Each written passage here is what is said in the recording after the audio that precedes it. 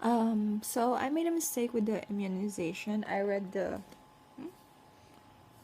message again, and I wonder what's this. And yeah, it actually talks about which immunizations should they take before they come to Philippines. Sorry about that. Let me check on the question again. So the question was, give me 1 second. Okay, when I move to the Philippines, it would be a good idea to get shots first.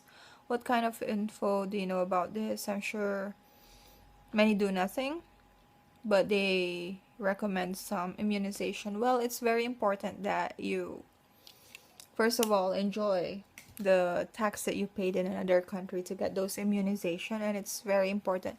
I really admire that prevention is better than cure in your end right here.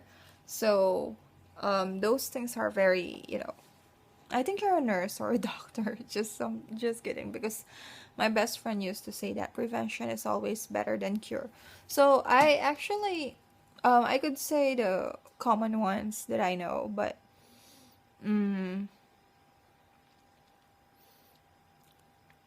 I also check the internet for it. So here, I'm gonna say the one that I know first. The one that I know that you should really be careful in the Philippines, and if you can get an immunization for it, first the chicken pox. Chicken pox is, if you haven't had it yet, it's very important. Especially it's a hot country, so sometimes the spread of disease is sometimes much easier.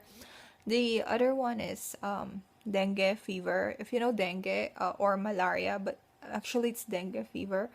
It's very important that you get, if there's an immunization for this one, it's very important that you get it. Why? Because this sickness is really, really, really popular in tropical countries, especially in my country. There's never a year that we didn't have a problem when it comes to dengue fever. This is the one from mosquitoes. And then the others are hepatitis A.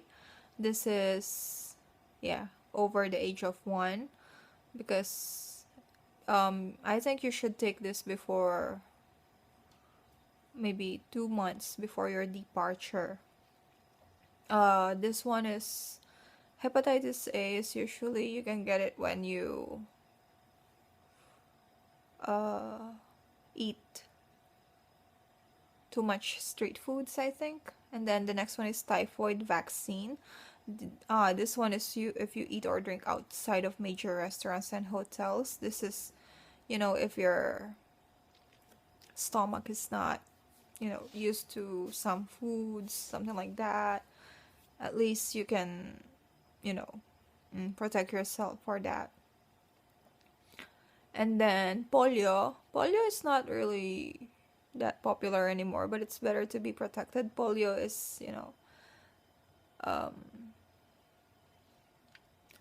it's not very common, but but it's also important to be careful with that, because I think polio, I'm not really sure about this sickness, if I'm wrong or right. It's the one that it can get, hurt your immune system a lot.